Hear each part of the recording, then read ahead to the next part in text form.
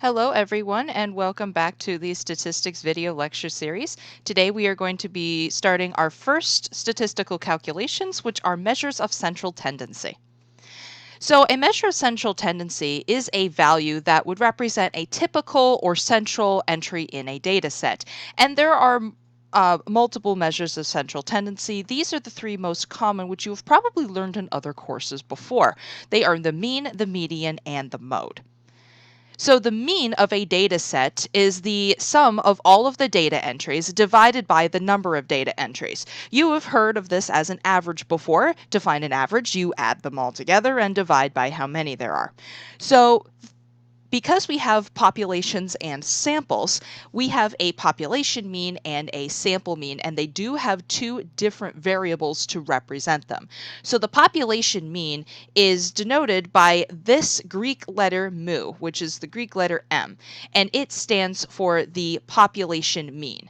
Now this symbol right here is called sigma. It's the Greek letter sigma, and it means add them all together. So this sigma x means just add together all of the data entries x, and then you divide it by capital N, which is the population size.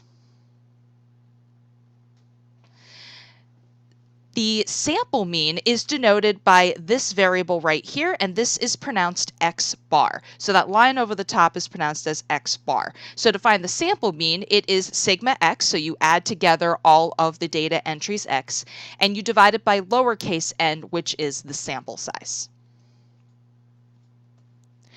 So let's start off with a couple of simple ones. I do promise there are ways to do this on a calculator for larger data sets. We're going to get into that in another video. But here we have a manageable data set. We have a list for a sample of round-trip flights from Chicago to Cancun. And what we're going to do is we are going to find the mean price of all of these flights. Now, the thing with mean is that you do have to do all of the adding first. So we're going to just add them all together. 872 plus 432 plus 397 plus 427 plus 388 plus 782 plus 397. And then we're going to take all of that and we are going to divide it by the sample size. There are 7 flights here, so we're going to divide it all by 7. And then when you do this on a calculator, you get 527.86. So this means that the mean price of this sample of flights is $527.86. And since this is a sample mean, I'm going to denote it by the variable x bar because these are just a sample of round-trip flights. Another measure of central tendency is called the median. The median of a data set is the value that lies in the exact middle of the data set when the data set is ordered. It is important that the data is put in numeric order from the smallest to the largest in order. Do not find a median unless the data is in numeric order. The median is going to measure the data entry that is in the physical middle, in the exact middle. Now, if there are an odd number of data entries, the median is really easy to find. However, if you have an even number of data entries and there are 2 data entries in the middle, the median is the mean of the middle 2 data entries. So what we're going to do is we're going to take those same 7 flights and we are going to find the median. Now, before we do that, we need to make sure that the data is put in numeric order from smallest to largest. So the smallest, the cheapest flight was that 388. Next cheapest was 397. And then, yes, if 397 is listed twice, you do need to list it twice. Then we've got 427, then 432, then 782, and then 872. So then to find the median, all you have to do is just count toward the middle. And there it is. So your median is a flight that costs $427.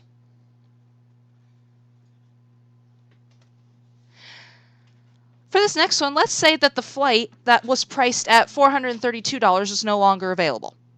What we're going to do is we're going to find the median price of the remaining flights. So if the flight that costs $432 is no longer available, here's what our ordered data set is going to look like. We have that 388, we have 397, another 397, 427, 782, and 872. So then when we count toward the middle, we find that there are two data entries in the middle. So when this happens, when you have two data entries in the middle, all you have to do is average them together. So to average them together, I'm just going to add them together. And then I'm going to divide by 2. So when you add them together and then divide by 2, you get $412. So when that flight was no longer available, the median went down to $412. Another measure of central tendency is called the mode. The mode of a data set is the entry that occurs the most often. It is the data entry that occurs with the greatest frequency. Now, a data can have no mode if all of the data entries occur all at the, an equal number of times. It can have one mode, or it can have more than one mode. If you have two data entries that have the same greatest frequency, then you can have what is called a bimodal data set, which just has two different modes. So what we're going to do is we're going to find the mode of these flight prices. The one that occurs more than any of the others is 397. So the mode of this data set is 397. Now, the mean that we just found is what is called an arithmetic mean. It is just a mean where everything is weighted equally and you just add them all together and divide by how many there are. If you have entries that have a different weight, you have different means that you can calculate. A weighted mean is the mean of a data set whose entries have varying weights. The most common example of a weighted mean is final grades in most courses. In most courses, your grade is calculated based on category weights, such as homework, exams, things of that nature. So weighted mean is the mean of that data set whose entries have varying weights, which is denoted by the variable W. W is going to be the weight of each entry as a decimal. It is very important that W is calculated as a decimal, even though it will often be given as a percent, such as the final exam is worth 15% of your grade. In order to calculate that 15% in the weighted mean formula, it would have to be turned into a decimal. To turn a percent into a decimal, you just divide it by 100. So 15% would be 0.15. But anyway, the weighted mean, which is x bar since it's a sample mean, you need to follow order of operations. What comes first in order of operations? Well, parentheses. So in the parentheses, we have x times w. So what you do is you take each data entry x and you multiply them by their corresponding weights w. Then after you have done that, you're going to add them all together as denoted by this sigma. Then you're going to take all of that and you're going to divide it by sigma w, which is the sum of all the weights. So let's say that you're taking a class where your grade is determined from 5 sources. 50% is your test score, so tests are 50% of your grade. Your midterm is 15% of the grade. The final exam is 20% of the grade. Computer lab is 10% of the grade, and 5% of the grade is homework. So let's say that this is the end of the semester and you now have scores for each category. So the test category, which was 50% of the grade, which is 0.5 as a decimal, that's the weight. Let's say that your test mean is 86. So your score for that category was 86. Let's say the score on the midterm, which the midterm was 15% of the grade, which is 0.15 as a decimal. Let's say that the midterm grade was a 96. And the final exam, which was 20% of the grade, which is 0.20 as a decimal, let's say that this person got an 82 on the final exam. The computer lab, which is 10% of the grade, which is 0.10 as a decimal, let's say that this person got a 98 for their computer lab average. And then homework, which is 5% of the grade, which is 0.05 as a decimal, let's say that this person got 100 on the homework. And what we're going to do is we are going to calculate this person's final grade, which is going to be a weighted mean. So we're going to calculate the weighted mean for these scores. So the first thing that we're going to do is the parentheses, which we're going to take each data entry X, which is going to be each category score, and multiply it by its weight W as a decimal. So I'm just going to make that its own column. So when you multiply 0.5 times 86, you get 43. When you take 0.15 times 96, you get 14.4. When you take 0.20 times 82, you get 16.4. 0.10 times 98 is 9.8. I'm sorry for the glitchy stylus. And then if you take 0.05 times 100, you get 5. So then if you add, next we're going to add them all together as denoted by this sigma notation. So we're going to add all of these together and we get 88.6. Then we're going to divide that entire thing by sigma W, which is the sum of all of the weights. So if you add all of the weights together,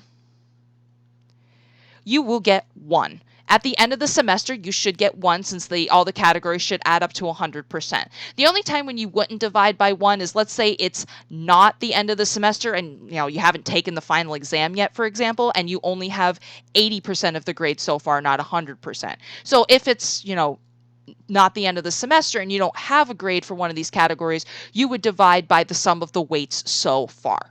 But since this is the end of the semester, we're going to divide it by 1, which gives us 88.6.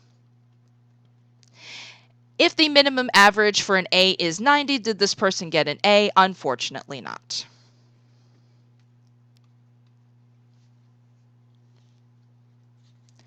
So that is how to calculate a weighted mean. Now, back in frequency distributions, you can take a frequency distribution, and even if you don't have the original data, you can find the mean of a frequency distribution just given the frequency table. And it is a very similar idea to calculating a weighted mean. So again, in order of operations, you're going to do parentheses first. So we're going to take each data entry X and we're going to multiply it by its corresponding frequency F. Then we're going to add them all together. And then you are going to divide it by n, which is the sample size. And if you are not given the sample size n is just the sum of all of the frequencies. Now keep in mind that x is the midpoint of each class. So if you are not already given the midpoints of each class, you will have to calculate the midpoints yourself. So to find the mean of a frequency distribution x bar, you're going to take x, the midpoint of each class, multiply them by each class's corresponding frequency f, take those products and add them all together. Then you are going to divide by the sample size n, which is just the sum of all the frequencies. So here is how to find a mean of a frequency distribution in words. If this is not already done for you, you do need to find the midpoint of each class. So to find the class midpoint, remember, you just take the lower class limit, you add to it the upper class limit, and then you divide by 2. If you don't remember how to do this, I encourage you to go watch the previous video on frequency distributions. Then you're going to find the products, midpoints times class frequencies, and then add them all together. If n is not given to you, you need to find n by adding together all the frequencies. So then you take the sum of x times f, and then you divide it by n. So what we have here is a frequency distribution, and the class midpoints have already been found for us, so we don't have to do any of this. But we're going to use this frequency distribution to find the mean, and this frequency distribution is going to represent a sample of internet subscribers and the time that they spent online during their most recent session. So the first class had a mean of 12.5 minutes, first class had a midpoint of 12.5 minutes, second class had a midpoint of 24.5 minutes, 36.5 minutes was the midpoint of the third class, and so on. And then we have their corresponding frequencies, and n was already found for us. And remember, if you don't have n, all you have to do is add up the frequencies. So this was a sample of 50 internet subscribers. So what we're going to do first is we're going to find the midpoints times the corresponding frequency. So we're going to do that for each class. So we're going to take 12.5 and we're going to multiply it by 6, and that will give us 75. And we're going to do this for each class. We're going to take the midpoint and we're going to multiply it by its corresponding frequency. So 24.5 times 10 is 245. And then 36.5 times 13 will give us 474.5. And then 45.8 times 8 gives us 388. Then 60.5 times 5 gives us 302.5. Then 72.5 times 6 will give us 435. Then 84.5 times 2 will give us 169. So then we're going to take all of those products and we are going to add them all together. So the sum of x times f, when you add all of these together, you get 2089. So then the mean of a frequency distribution, which is going to be x bar, is going to be the sum of x times f divided by n. So the sum of x times f we just figured out was that 2089. Let's try that again. It was 2089. Then we're going to divide that by n, the sample size, which they did conveniently give us as 50. So when you do 2089 divided by 50, you get an x bar, a sample mean of approximately 41.8. So what this means is that the mean time that this sample of 50 internet subscribers spent online was approximately 41.8 minutes. And remember, this is just the mean of this sample of 50. This may or may not be the same as the population mean. We're going to get more into that when we cover inferential statistics. But this is just the mean of this sample. Now, especially with mean, it can get a little fuzzy as to whether the mean is always a good representation of center. Remember, the whole purpose of this is to find a data entry that would be considered typical, average, or in the middle of the data set. So the most common one to use is mean, but it may or may not always be a good representation of center, mostly because the mean is the average of all values in the data set. So the mean can be greatly affected by what is called an outlier. Outliers in a data set are entries that are far removed from the other data entries. So we're talking either extremely unusually low or extremely unusually high.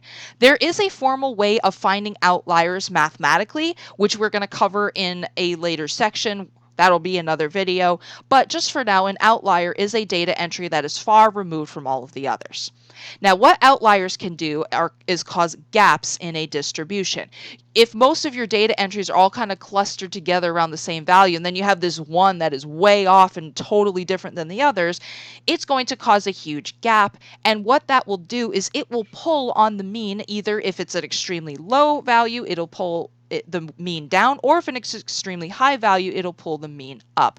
For example, if you get a 0 on something, zeros in anything in your grade will greatly affect your grade because it is going to pull down the weighted mean considerably, because 0 would be an outlier if most of your grades are, let's say, in the 70s and 80s. Outliers can also be accidentally caused by errors in data input, so just make sure you're very carefully inputting your data so you don't cause this by accident. And outliers are not the only thing that can affect the mean. Means can be affected if your data set is really spread out, if it has a really high spread. We're going to talk more about that in another video.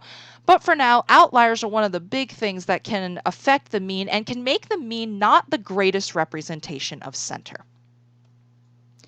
So what we're going to do for this one, we have a sample of the ages in a class, and we just have the raw data right here, and it is put in numeric order for us, which is nice.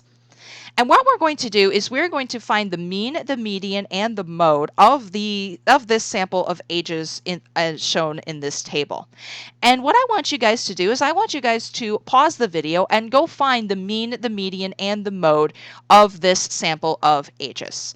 And what I want you guys to do is figure out which measure of central tendency, mean, median, or mode, you think best represents a typical data entry in this data set.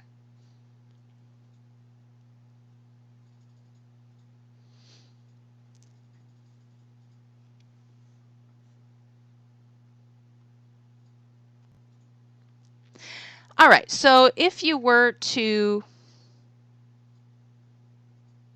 I don't know what it's doing. All right. All right. So if you were to find the mean, so the mean is going to just be a normal mean, not a weighted mean or anything like that. All you have to do is add together all of the data entries x and divide it by the sample size n. So if you were to add up, all right. So if you were to add up all of the data entries and divide by the sample size, you would get 475 divided by there are 20 people in this class, and you get about 23.8 years. So the sample mean is 23.8. Now the median, if you were to find the median, it would land, between these two values. So the median would give you 21.5 if you were to average 21 and 22 together. And the mode, which is the data entry that occurs the most often, is 20. Now, I think the outlier is obvious, and I did this on purpose so that you wouldn't need to know the mathematical formula to determine outliers. The outlier here is that 65. So if you were to ignore that for a moment, if you were to just intuitively guess what would be a typical data entry, which of these measures of central tendency do you think represents what is most typical? Probably either median or mode. The mean is awfully high. The mean is 23.8 years, so almost 24. And if you take a look at, 24, there's only 2 people in this class that are 24 years old. So I don't think that the mean in this case is a really good representation of center. Center is probably more in the 21 to 22 range, more than likely. But the reason why the mean is so high is because of the 65. When you added all the data entries together and you divided by the number of data entries, it took that 65 into account and it weighted it equally with everything else. So that outlier of 65 is the reason why that mean was so high and not a really good representation of center. So the mean is greatly influenced by outliers. Now, what about the other two? Do you think the median would be greatly influenced by the outlier? Probably not. If you were to eliminate the outlier, the median is not really going to change very much. The mode is not going to be affected at all by the outlier. Even if you were to completely eliminate the outlier, the mode is still 20. However, if you were to recalculate the sample mean without the outlier, if you were to add them all together without the 65 and divide by 19, you would get a sample mean of 21.6 years, which is a huge difference. Just by eliminating that outlier, look how much the mean dropped, and that mean now is a better representation of what would be considered a central or typical data entry for the rest of the data. So that is why mean may not always be the best representation of center. So thank you all very much for watching. In the next video, we're going to be looking at measures of what are called spread or variation. So make sure that you stay tuned for that. Thank you all very much for watching, and I will see you guys in the next video. Bye-bye.